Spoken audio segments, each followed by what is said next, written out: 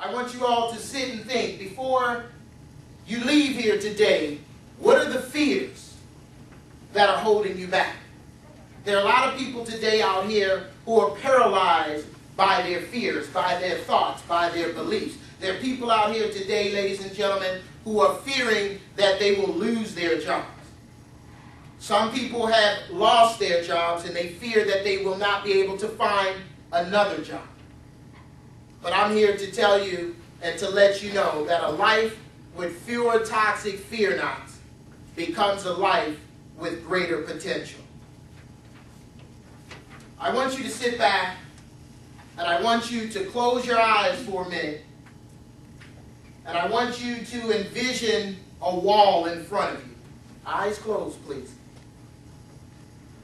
And I want you to envision you pushing that wall with all your might. I mean, to a point where you are down and you're pushing with every fiber of your being. You're pushing back that fear. I want you to open your eyes, please.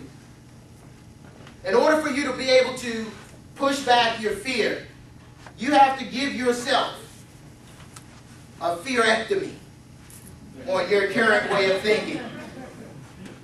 A fearectomy, ladies and gentlemen. A fearectomy is something, bless you, that will put a stop to the fears that paralyze you from moving forward. I have friends of mine that call me all the time and they tell me, Todd, I want to start a business. I want to go after a dream. I want to find a way to use my skills because my friend Derek Hayes, who's down in Atlanta, he's a speaker, he says, use your skills or someone else will. And oftentimes today, there are a lot of people, you have jobs and you're comfortable with your job. I love my job. But that's someone else using your skills. And a lot of people today, they're in line interviewing to get what? Another job.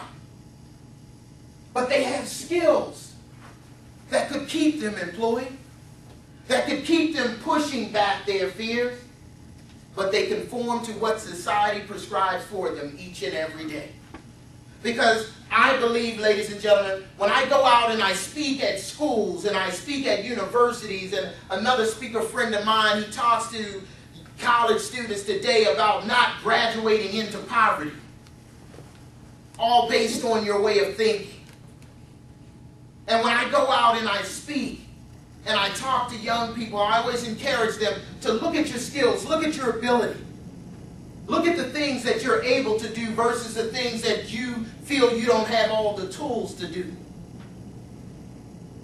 If you look at yourself right now and you look at all of your experiences, I mean all of the education, all of the jobs that you've held, and even the chores and the tasks that your parents have given you around your house to do as you were growing up as a child, you have more skills than you can shake a stick at. But a lot of people today hold fast to their fears. They won't step out of their comfort zone. They won't give themselves, in their way of thinking, a fearectomy. Because see, when I tell people, when you give yourself a fearectomy, you will increase the trajectory of your life. And just like Craig said, when he set out to write a book, people would talk to him and say negative things to him, and I had that same experience, that same challenge. People would say, who's Ty Howard? How old is this guy to write a book?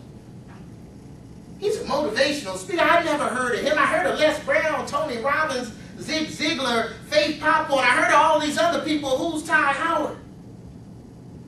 But you know, that big dog that you were afraid of to go down that alley, that dog was a puppy one time. And that dog had to grow up to become a big dog too.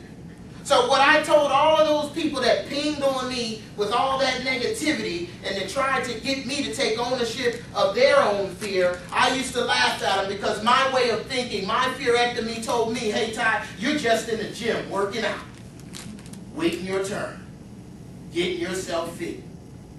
See, most people, they'll stop. But you have to keep pushing. You have to keep pushing. And just because you accomplish one goal or one thing you want to do, you don't let that bar rest on your chest. It hits and you go to work again. Because the fearectomy of your thinking says that the best is yet to come.